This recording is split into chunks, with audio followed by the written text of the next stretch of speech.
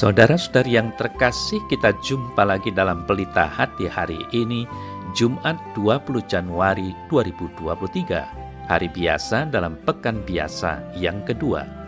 Bersama saya Romo Thomas Suratno SC dari Paroki Cilandak, Jakarta Selatan, mendengar dan merenungkan sabda Tuhan, yakni firman Tuhan yang tersurat dalam Injil Markus, bab atau pasal 3, ayat 13 sampai dengan ayat 19.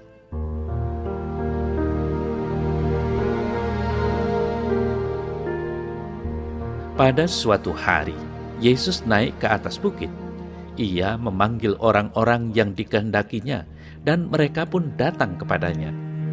Ia menetapkan 12 orang untuk menyertai dia dan untuk diutusnya memberitakan Injil dan diberinya kuasa untuk mengusir setan.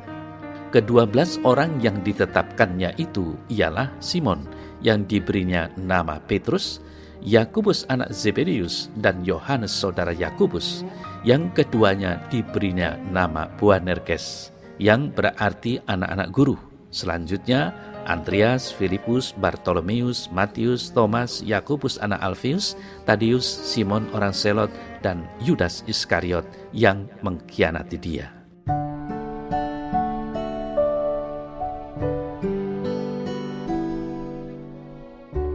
Saudara-saudari yang terkasih, Allah menetapkan panggilannya bagi setiap orang. Maka kita perlu menanggapi panggilan itu dengan niat dan kesungguhan hati.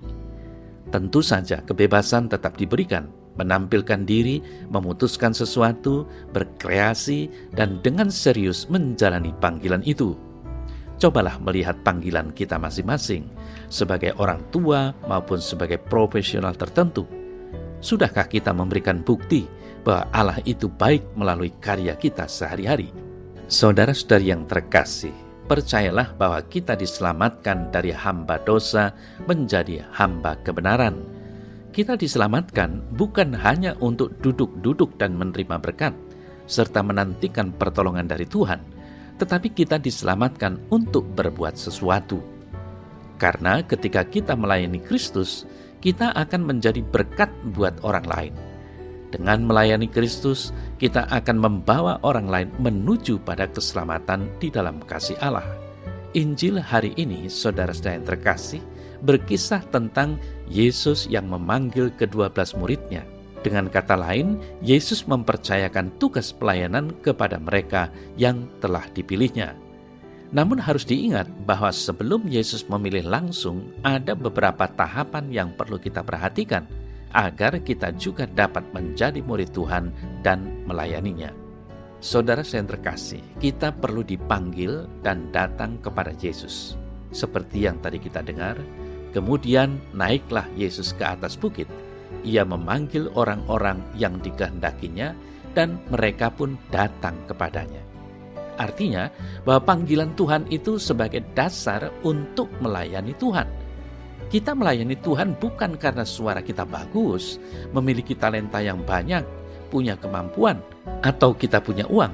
Tetapi kita melayani Tuhan karena kita dipanggil oleh Tuhan. Setelah Allah memanggil dan memilih kita, kemudian Dia menetapkan kita. Mengapa kita? Karena kalau kita mau jujur, begitu banyak orang yang lebih baik dan layak daripada kita. Kita juga melihat bahwa banyak dari kita yang penuh dengan kekurangan. Sungguh, Tuhan memanggil dan memilih kita. Tapi persoalannya, apakah kita mau datang atau tidak? Itulah sebabnya kemudian dikatakan bukan kita yang memilih Tuhan, tetapi Tuhan yang memilih kita. Sehingga pelayanan yang benar itu dimulai dengan saya adalah bukan siapa-siapa.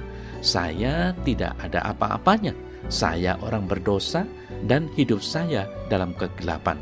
Dan Tuhan memanggil, lalu aku menjawab, Tuhan, aku mau. Kemudian aku mengikuti dan mau melayaninya. Saudara-saudari yang terkasih, pada umumnya dan seharusnya orang-orang yang menyadari panggilan Tuhan akan menjadi orang yang tidak gampang kecewa dan cepat putus asa. Mereka menjadi orang yang tidak mencari penghargaan untuk diri sendiri karena dia sadar kalaupun dia punya karunia, talenta, semata-mata itu hanyalah anugerah Tuhan. berarti Allah yang telah memilih dan memanggil kita adalah Allah yang senantiasa menyertai kita. Hendaknya kita senantiasa berpikir bahwa kalau kita bisa berbuat sesuatu untuk Tuhan, itu adalah sebuah anugerah.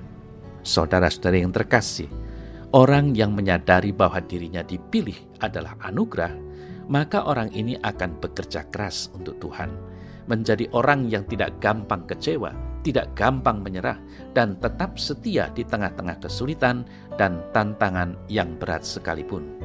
Maka dari itu kita harus mau belajar langsung dari Yesus. Kemudian kita harus menjadi orang yang siap untuk diutus dan bersedia memikul tanggung jawab. Karena kita dipanggil berarti dipercaya oleh Tuhan dan akan diberi kuasa oleh-Nya.